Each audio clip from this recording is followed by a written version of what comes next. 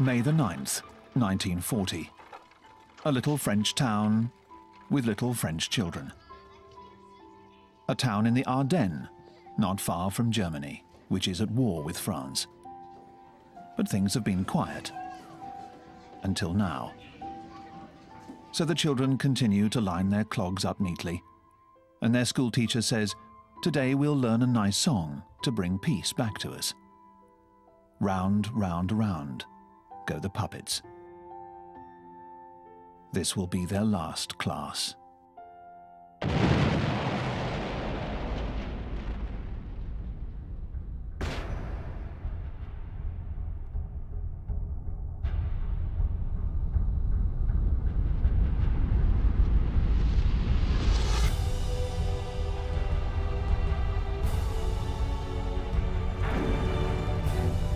The 10th of May, 1940.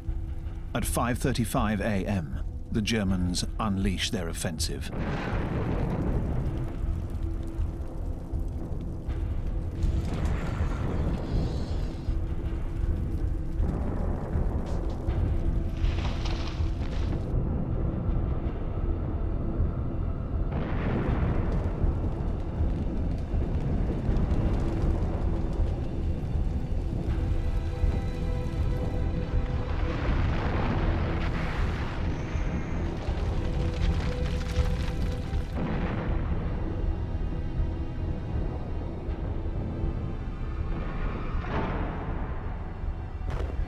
German paratroopers are dropped into Holland.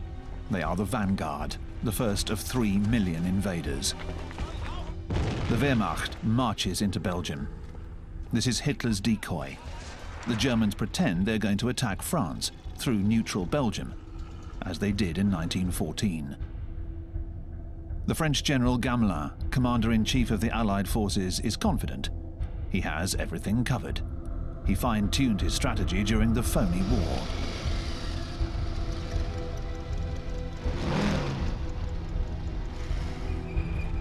Gamelin moves his best motorized divisions, the elite of the French army, into Belgium, along with the entire British Expeditionary Force. These are fighting soldiers with true grit. They will stop the German advance through Belgium. But Hitler, in his headquarters, is gloating. His decoy worked. He exclaims, "I could weep for joy." He instructs Field Marshal Goering, who commands the Air Force, not to bomb the French columns, to let them proceed deep into Belgian territory. And he attacks them from the rear. His real offensive will be through the Ardennes. According to the French High Command, no tank could ever get through those densely forested hills. But nothing stops them, except their own traffic jams.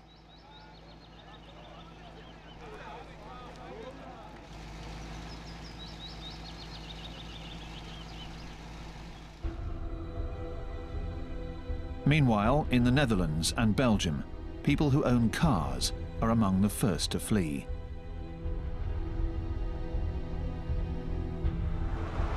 Everyone is suspected. A so-called fifth column is feared, spies working for the Nazis. The Germans continue their diversionary tactics, invading Belgium with specially trained airborne forces. The sappers belt out their song from the campaign in Poland. The girls will have to wait, comrades. It's time to go, comrades. On the 11th of May, at daybreak, they are dropped into Belgium. Their goal is to capture the linchpin of the Belgian defense system, Fort Eben-Emael, on the Albert Canal, which is reputed to be impregnable.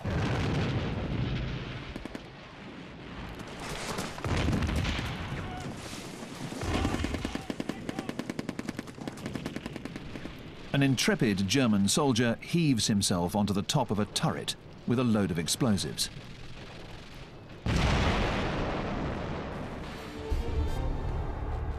The conquerors stride through the ruins of Fort Eben-Emael, the key to Belgium.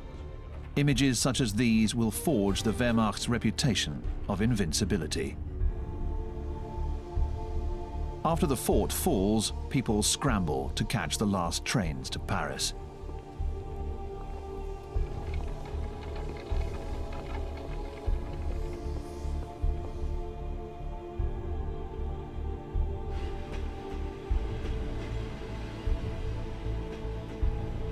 In the French capital, the Red Cross is swamped. Belgian refugees are transferred to cattle cars heading south.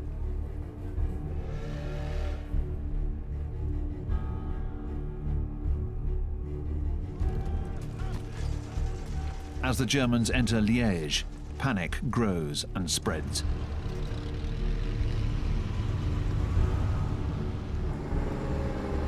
Faced with such a show of force, there are only two options: obey or flee.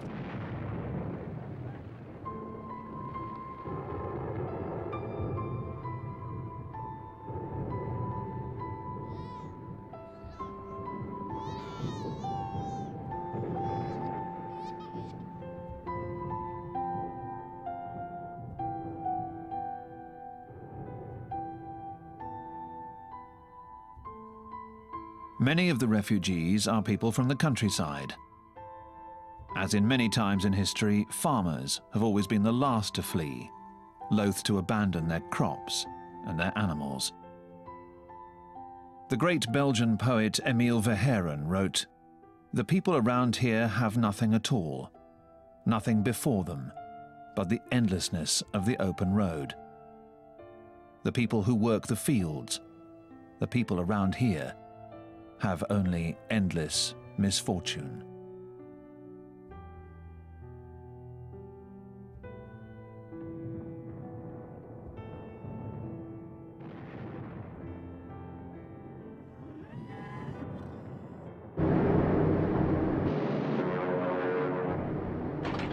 The Germans unleash their aerial offensive, destroying strategic crossroads, airfields, refineries, and fuel supplies.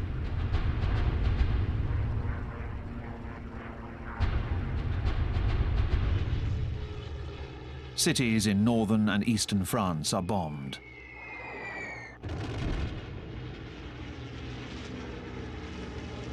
The French are now facing the reality of modern warfare.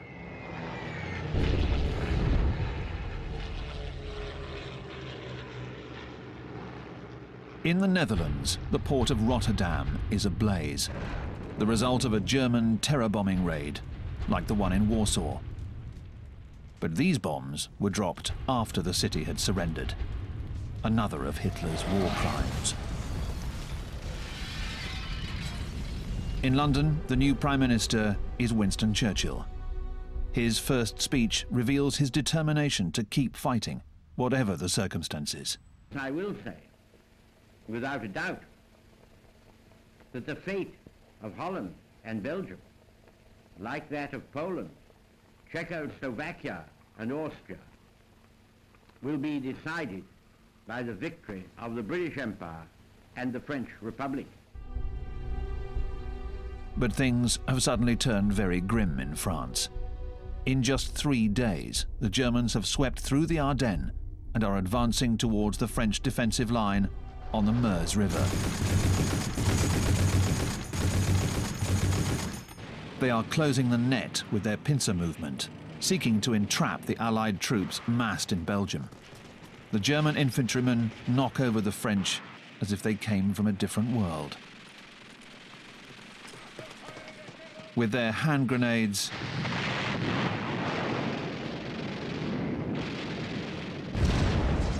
machine guns, and with their sleeves rolled up, they take the town in 1 day. Sedan, the key to the Ardennes, which was already terribly marked by the French defeat in 1870. But the real obstacle for the Germans is the Meuse River. On the night of the 13th of May, they bring in beams to build bridges. The French fight back. But the Germans neutralized the French artillery, and the next morning their sappers finished the bridge, galvanized by their general, Guderian, a 52-year-old Prussian, a great armored warfare strategist, using tanks to strike with force, daring, and speed. The Blitzkrieg, or lightning war, should not give the enemy time to react. First, the tanks, followed by infantry, and backed by aircraft, especially the Stukas. The Stukas, dive bombers equipped with sirens. Resisting the intense pressure of the descent, their highly trained pilots released their bombs at the last minute with lethal precision.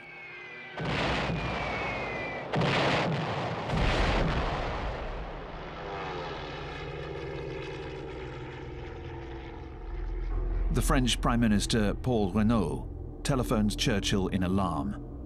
"We have been defeated. We have lost the battle." The French generals are at a loss. They are unable to react to the situation. With the Allied forces tied up in Belgium, how can they stop the Germans from advancing?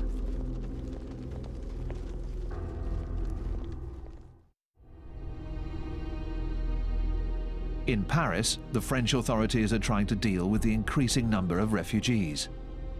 People from Belgium and northern France are pouring into the city. Schools, hospitals, and barracks are soon overflowing. Information is sparse, rumors abound. Has Gamelin committed suicide? No. The French High Command has just realized that the Germans are heading for the coast and that the Allies have fallen into a trap. A counter-attack is ordered, allowing a certain Colonel de Gaulle to distinguish himself at the head of a tank brigade. The French army possesses more tanks, and they are of better quality than the German panzers.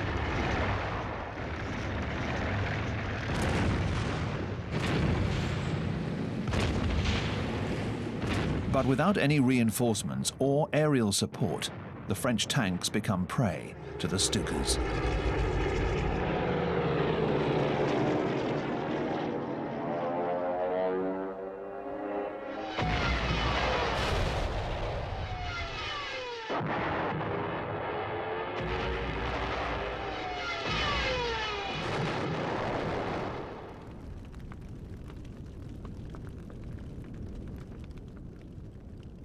The French combatants put up a good fight, but they wonder why the Air Force isn't protecting them.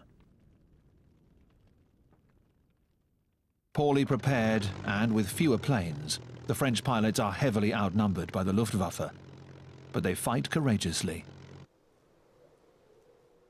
Dozens of German pilots are shot down and taken prisoner. Some of these pilots will be returned to Germany when the armistice is signed and will then join the battle against Britain.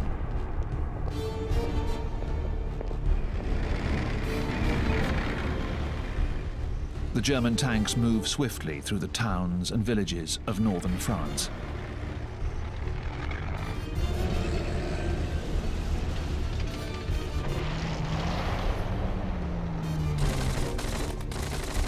Valiantly, the French try to slow the German advance.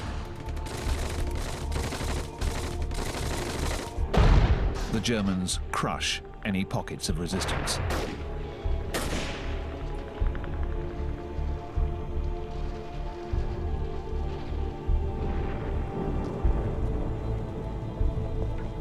The Germans have reached the English Channel. Hitler's strategy of the sickle cut has worked. The British Expeditionary Force, the Belgian Army, and the French armed forces are encircled.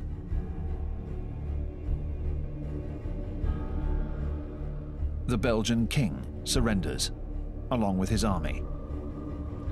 The British Expeditionary Force withdraws towards the coast, leading to the final collapse of the Allied armies. In Paris, the French Prime Minister Paul Reynaud dismisses Gamelin and finds a new savior, General Weygand, 72 years old, one of the artisans of the Allied victory in 1918. To bolster morale, Reynaud names another World War I hero as vice premier, 84-year-old Marshal Pétain, who will soon turn his back on Renault's policies. Weygand has no choice. He too is forced to order a full retreat towards Dunkirk. Hitler lets them go. A gesture of clemency towards Great Britain? Is he still hoping for a separate peace? Or has Goering assured him that his air force is capable of preventing an evacuation? 400,000 men cram the beach, helpless and in disarray. They have one last chance to escape, over the sea. Churchill orders any vessel that can float to go and get them. On the outskirts of Dunkirk, the French hold back the Germans, suffering heavy losses. Goering sends out the Luftwaffe's Stukas and bombers.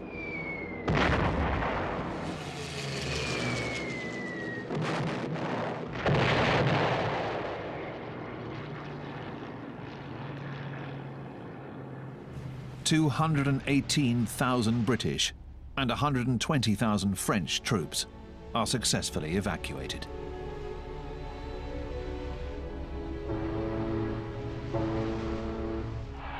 The British Army is saved, but it's in tatters.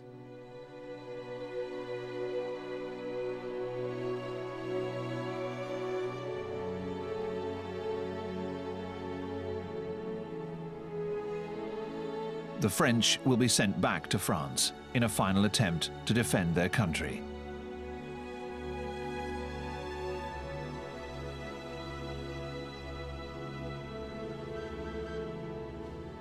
The British are sent off to re-equipment centres. All of Great Britain hails Dunkirk as an extraordinary feat. Churchill, however, puts it into perspective. With lucidity, he says, "Wars are not won by evacuation." Even so, in those first days of June 1940, the Dunkirk spirit is born. The ruthlessness of this war and the destructive power of the Nazi enemy are now apparent to the British. Lightheartedness and humour give way to frantic efforts to mobilise the nation. On the 4th of June, Churchill, who is also battling the defeatists on his own side, speaks out. His tone is unforgettable. "We shall fight on the beaches, on the landing grounds, in the fields, in the streets, and on the hills. We shall never surrender."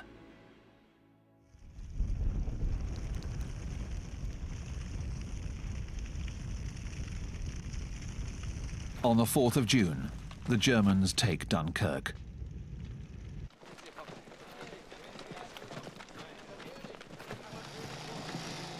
A fabulous bounty awaits them, lavishly filmed by the Wehrmacht's propaganda units. The British forces have left behind almost all of their equipment.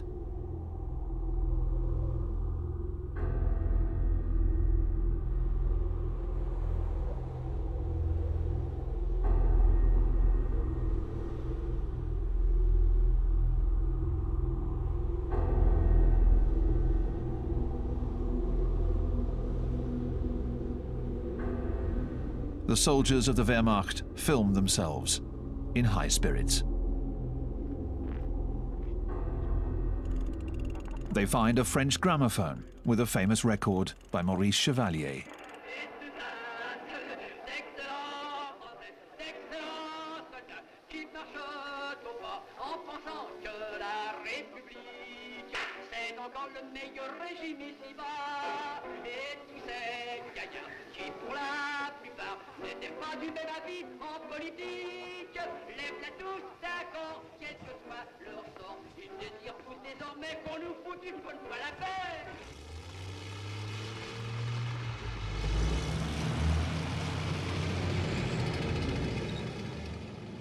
The offensive continues. France collapses.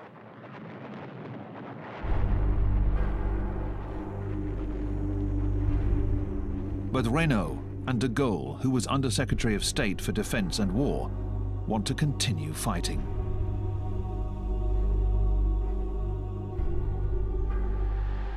In Rome, the Italian dictator Mussolini, Il Duce, has big news for his people. La dichiarazione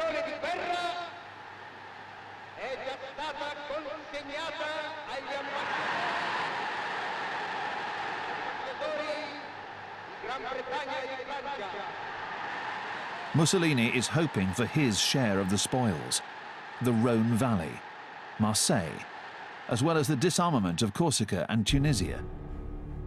The French say it's a stab in the back. Mussolini's offensive is cut short by the French Alpine divisions.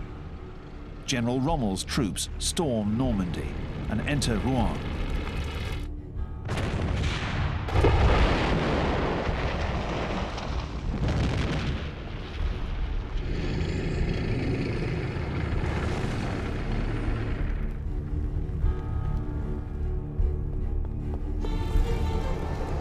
Paris is declared an open city. In other words, it's turned over to the enemy without a fight, in order to be spared the fate of Warsaw or Rotterdam. The government has moved to Bordeaux. The Germans are approaching the city. Rumors fly. They kill, they rape, like the Prussians did in 1870. The Parisians, abandoned by their government, flee. All of France takes to the road, a cataclysm that will come to be known by a biblical name: the Exodus. Millions of French men and women head towards the Loire, the last rampart. But there is no rampart strong enough against the Stukas.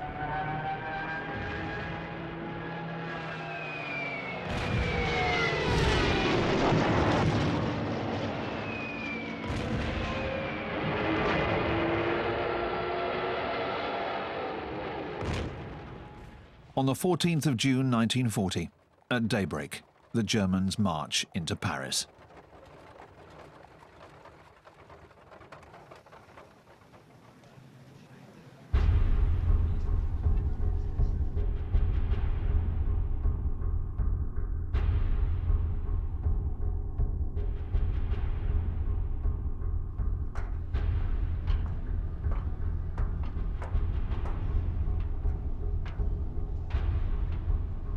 The Nazi emblem, the swastika, flies over Paris.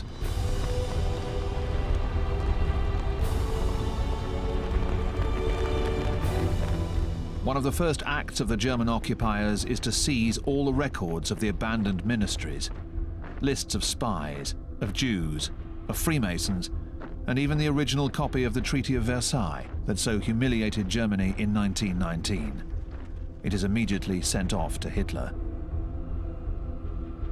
The exodus has come to a halt. The bridges over the Loire are blown. The only hope now is that the fighting stops. Pétain in Bordeaux also wants to put an end to things.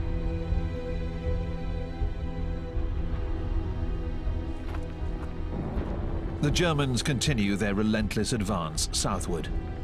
Though once considered a formidable force, the French army is now a shambles.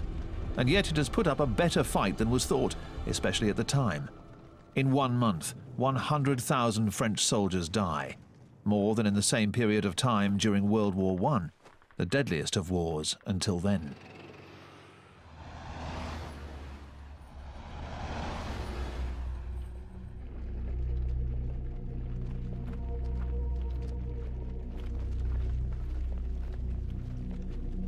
$1,850,000 soldiers are taken prisoner, along with 36,000 officers and 176 generals.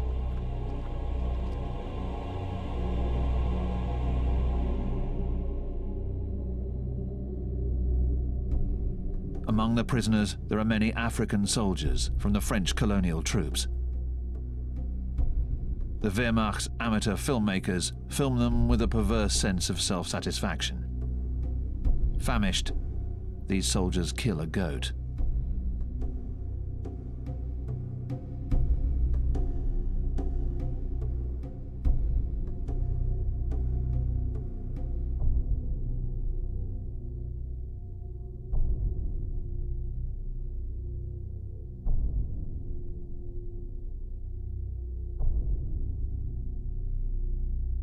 German propaganda newsreels insist on showing repeated close-ups of their faces.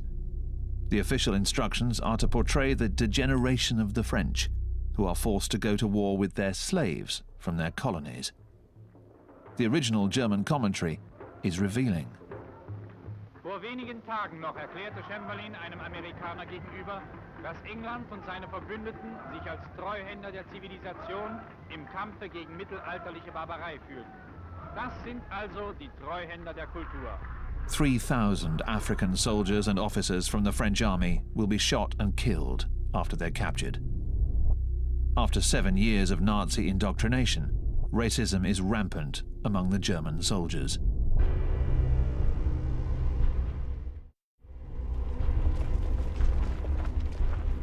Three dates will now be decisive in determining France's fate. On the 16th of June 1940, Renaud is outmaneuvered by the Council of Ministers in Bordeaux, and he resigns. As his successor, Philippe Pétain is appointed to head the French government.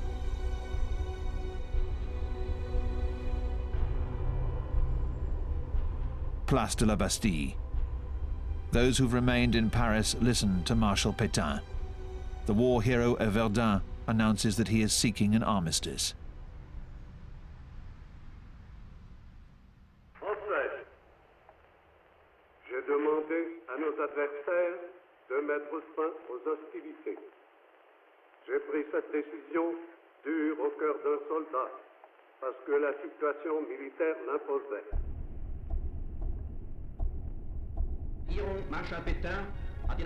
The German radio translates this speech, announcing France's capitulation.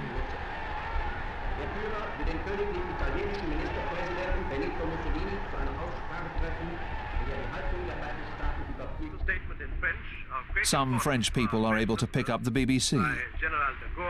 General de Gaulle has arrived in London. On the 18th of June, he denounces the armistice. A few days later, he records a new speech. Nous croyons que l'honneur des Français consiste à continuer la guerre aux côtés de leurs alliés.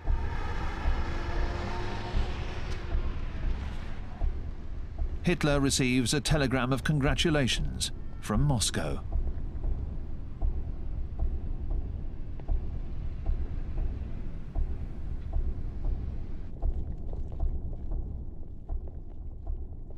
On June the 22nd, 1940, Hitler arrives in Compiègne, near Paris. The setup he has ordered is designed to humiliate the losers. He has brought the same railway car that was used for the signing of the 1918 armistice that sealed Germany's defeat. His revenge is complete.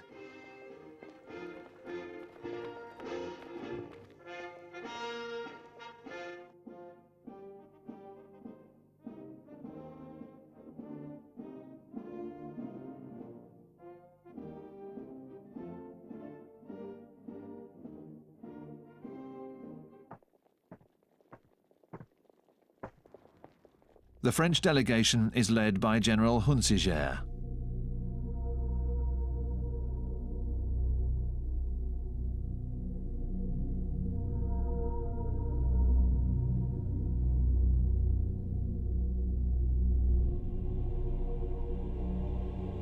An interpreter reads out a diatribe, accusing France of declaring war without any reason. Hitler does not utter a single word. He stands up and leaves.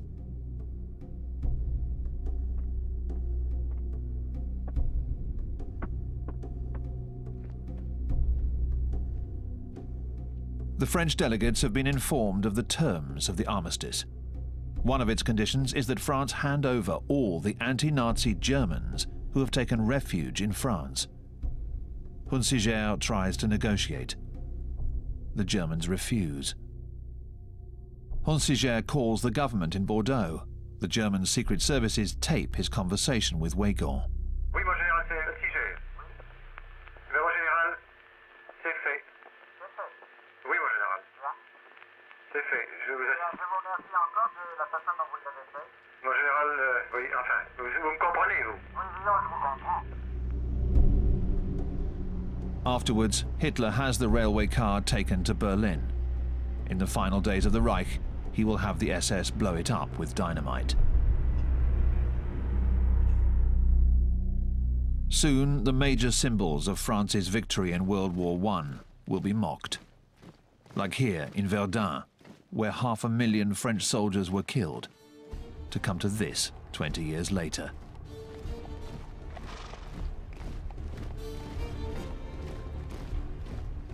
Hitler jeers as he visits his men who've only just taken the Maginot Line.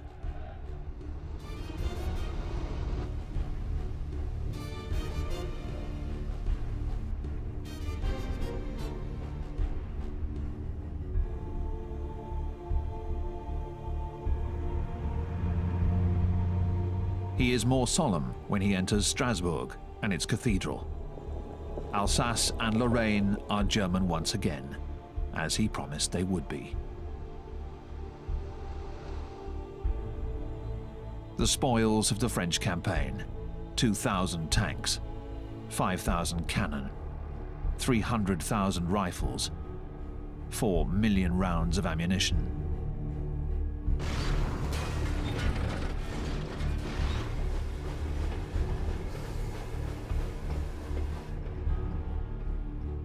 At an army supply warehouse, the Wehrmacht finds a stock of long johns meant for the French army, warm woolen garments which will be stored away for future campaigns.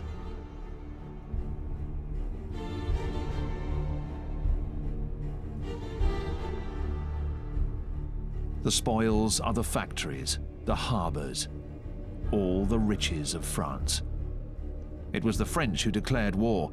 As a consequence, they will pay the equivalent of $100 million a day in occupation costs. General Hunsinger goes to Germany for the first meeting of the commission charged with applying the terms of the armistice.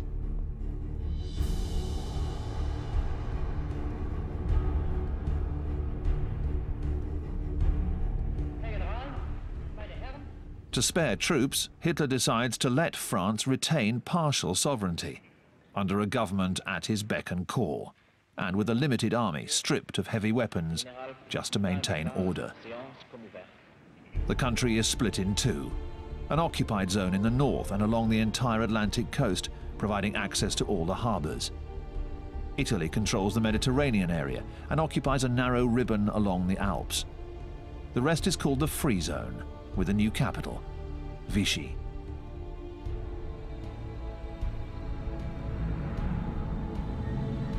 This spa town has been chosen in part for its many hotels. In early July, Marshal Pétain moves into them, along with the government ministries. The atmosphere everywhere is abysmal.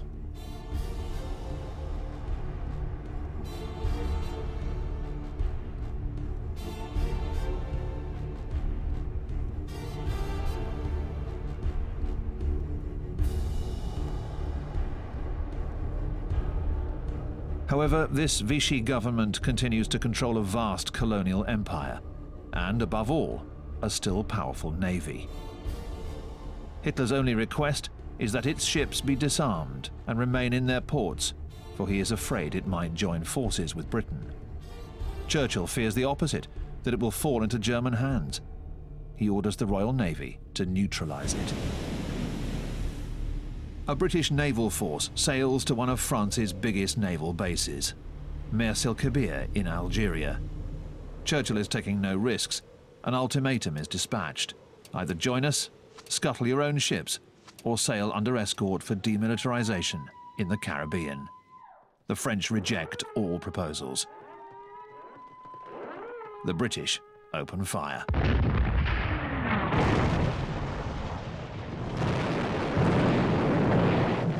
Two French battleships are heavily damaged, and one, the Britannia, is sunk. 1,297 French sailors are killed. Seeking to show his people, the world, and above all the United States, how determined he is, Churchill strikes out at his former ally, whose fleet could have helped the Germans land on British shores. 2 days after the attack, the Vichy government breaks off diplomatic relations with Britain.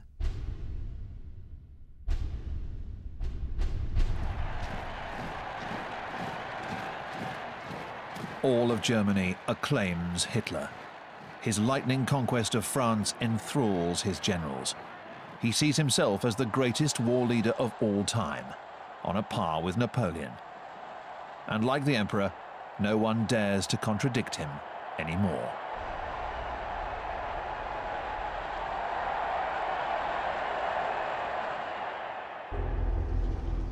The Germans occupy the Channel Islands, Jersey and Guernsey, stepping stones towards the invasion of Great Britain.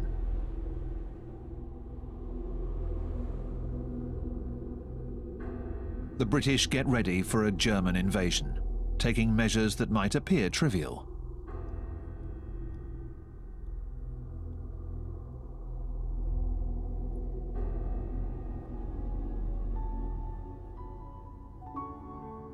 Another urgent measure is to send the children away to the countryside for safety.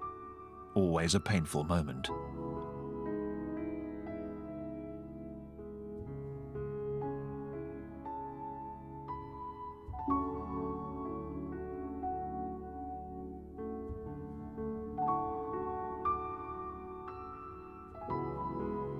Their elder sisters, their mothers and grandmothers join the war effort.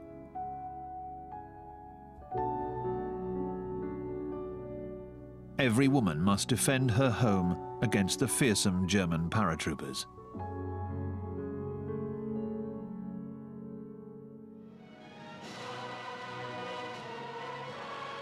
The men join up as local defence volunteers for the Home Guard, even veterans of the First World War. The willing and able are mobilised while the army rescued at Dunkirk reforms. America supplies rifles, machine guns and anti-aircraft cannons, and everyone perfects their skills.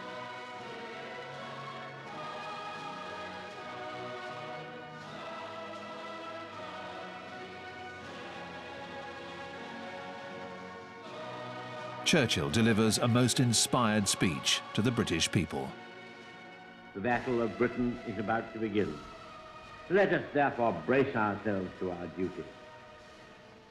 So bear ourselves that if the British Empire and its Commonwealth last for 1,000 years, men will still say, this was their finest hour.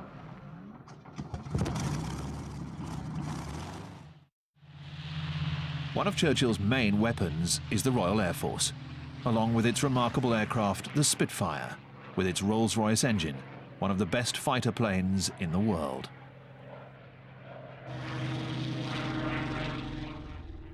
Britain also excels in the field of electronics.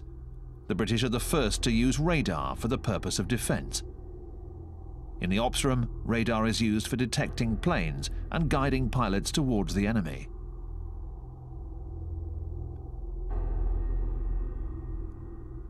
The pilots from all over the British Empire are joined by airmen who have managed to flee their countries under German occupation, or whose governments are in exile in London.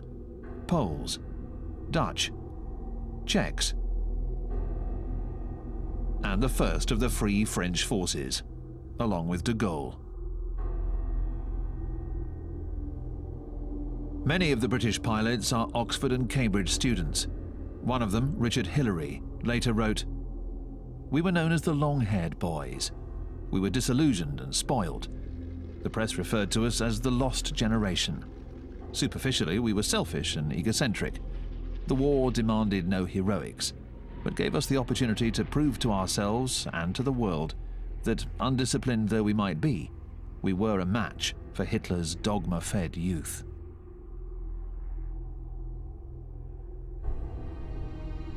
These German pilots have been trained by the Hitlerjugend, the Hitler Youth, with the idea of revenge.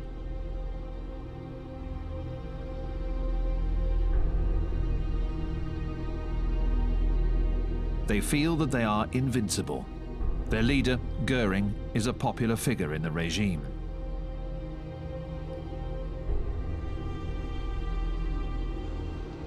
Goering, who is a man of luxury, often stays at the Hotel Ritz in Paris and turns the Luxembourg Palace into the Luftwaffe's headquarters. He has promised Hitler that the Luftwaffe could obliterate the Royal Air Force in days, take control of the air, and enable the Wehrmacht to invade Great Britain. The Luftwaffe has at its disposal all of France's airfields, their installations, and their equipment. Its pilots are well trained, like Adolphe Galland with his trademark cigar, who fought against the Republicans in Spain. Or Werner Mulders, an ace from the Battle of France. He was one of the pilots shot down, taken prisoner, and then returned to the Germans. He is now part of the aerial offensive against Great Britain.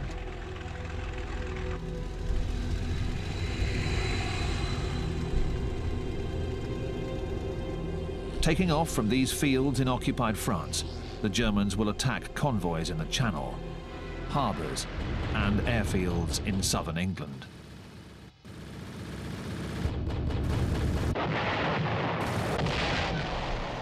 They will shoot down 500 British aircraft at the cost of 1,000 of their own. The British pilots hold out, giving everything they have.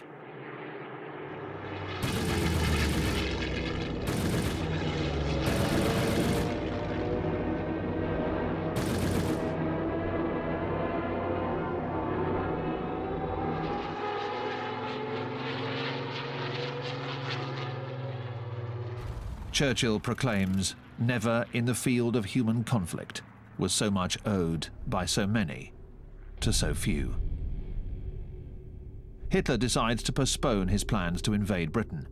This is his first setback. His tactics now rely more on nighttime bombings. He says, the British will surrender when their cities have been destroyed.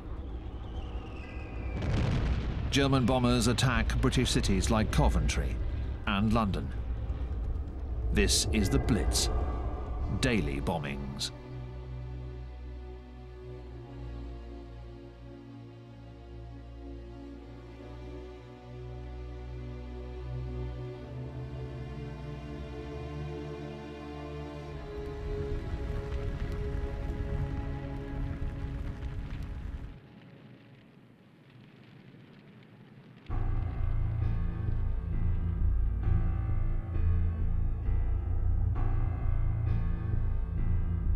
As for the British people, they hold up admirably. They dig shelters in the gardens of their cottages. And in London, they sleep in the underground stations and go to work the next day.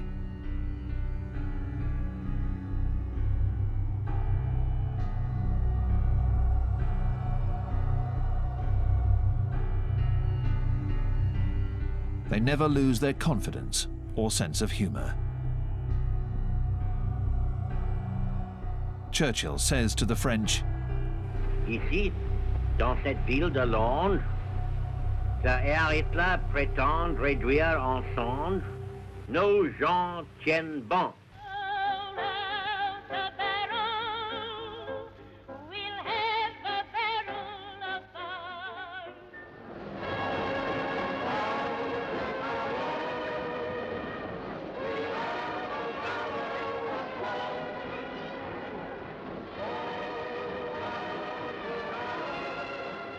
Hitler is exasperated. He will later call Churchill a Jew-ridden half-American drunkard.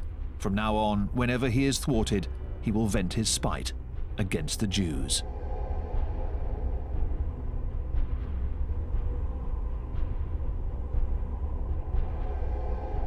On October the 12th, 1940, on the day of Yom Kippur, the Jews of Warsaw are told that a ghetto would be set up. A wall 3 meters high is erected, enclosing 500,000 Jews, men, women, children, the elderly, who will suffer horrifically from hunger, cold, and poverty.